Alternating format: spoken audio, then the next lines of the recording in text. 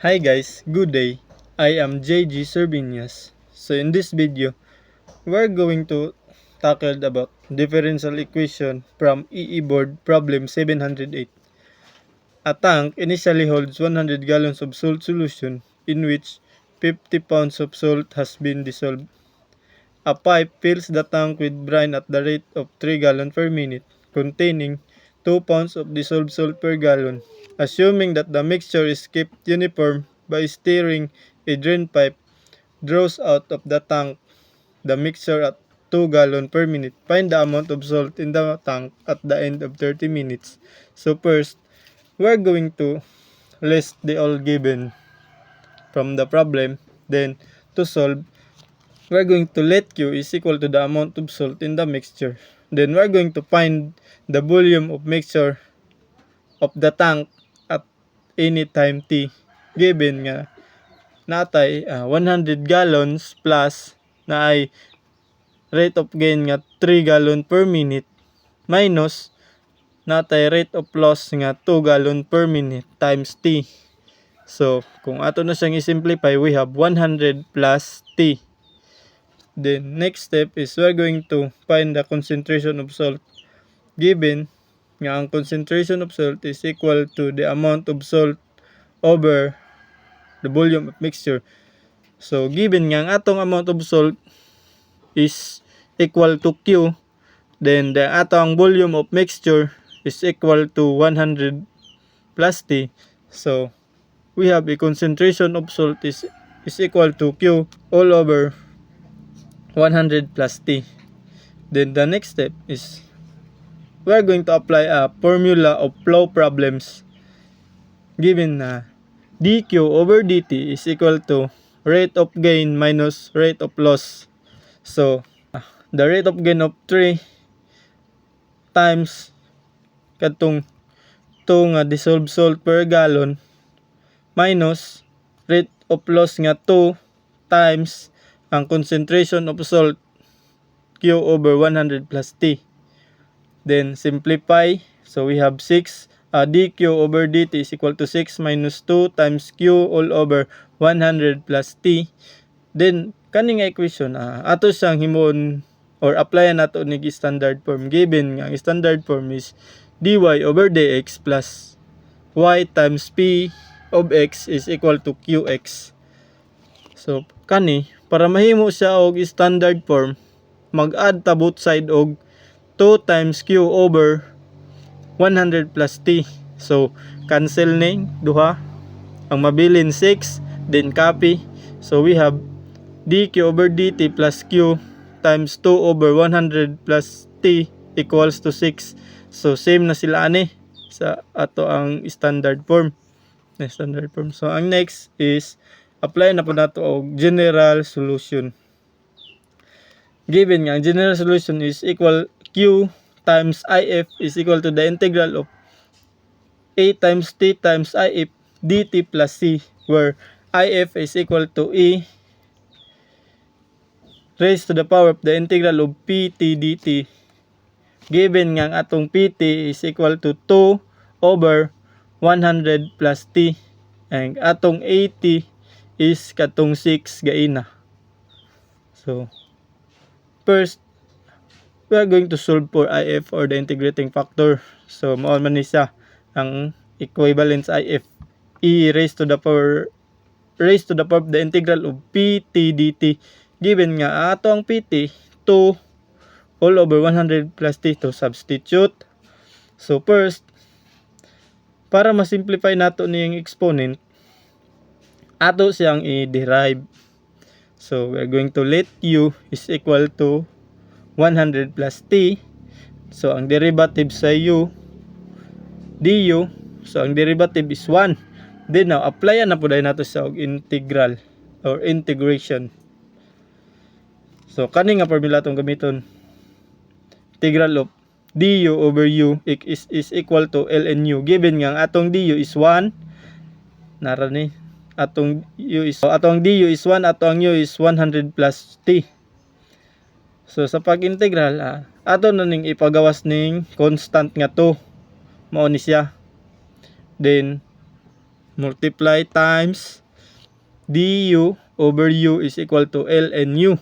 So ato ang 2, ang ato ang du is 1, then ang ato ang u is 100 plus t mao ni. Then ato na siyang i-simplify, so atong i times ni to mahimim ng 2, then ang equivalent is ln, then ang ato ang u is 100 plus t, so we have 2 ln 100 plus t. So mao na dahil nato ang equation e raised to the power of 2 ln 100 plus t.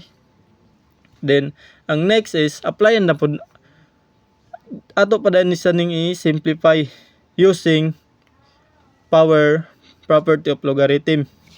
So given sa ato ang basis nga log b m raised to the power of n is equal to n log b m. So sa atong equation, so we have kaniman ato i-simplify 2 ln 100 plus t is equivalent ra pud siya sa ln 100 plus t raised to the power of u kung ato siyang apply og power property of logarithm. Yung nakita kani. So pwede ra pud na sa mag vice versa. Kung kani pud ang imong applyan, kung kani pud nga equation imong apply og power property of logarithm, ingani gyapon ingani imong makuha nga resulta. So kay kani man nga equation atong gi-apply og power property of logarithm, so ingani atong makuha nga resulta, then ato na siyang ipuli.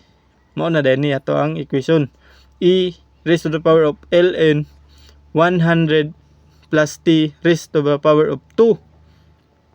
Then ang kaning nga equation na pod, applyan na pod nato siya og natural logarithm. Given ngang e raised to the power of ln x is equal to x, which is ang atong x dere is kani 100 plus t raised to the power of 2. So pag ato na sang i-substitute dere, kung mao ni atong x, so ang mabilin x na lang, makansel na ni siya. So mao na din ni atong x karon. Atong integrating factor is 100 plus t raised to the power of 2. Then next step, ato na din ipang substitute tong mga value nga atong nakuha, ang if, pt, et sa ingani sa iyang general solution. So mao ni, di ba, naatay if nga 100 plus t, then naatay et nga 6, then atong if nga kani. Then so first kapihon nato ni, ato sa ning igawas kay constant man ni 6, then ato sa ning siyang i-integrate. So ang integral ani using power property, so 2 plus 1, then copy. So ani 2 plus 1 gyapon pag integral ana power property atong gamiton. Then copy 6, then simplify mao ni siya ani, then pinapod, then simplify. So kay ma-divide man siya, 6 divided by 3 is 2, then copy nato ang numerator nga 100 plus t all over 3 plus c. So mao na ni ato ang initial nga equation. So now ato na din na siyang i-substitute dere sa initial condition. When time is 0, di ba natay given gay na nga dissolved salt 50 pounds when time is 0. So ato na siyang i-substitute tanan diri nga mga value nga atong q is 50 sa kaning equation kani.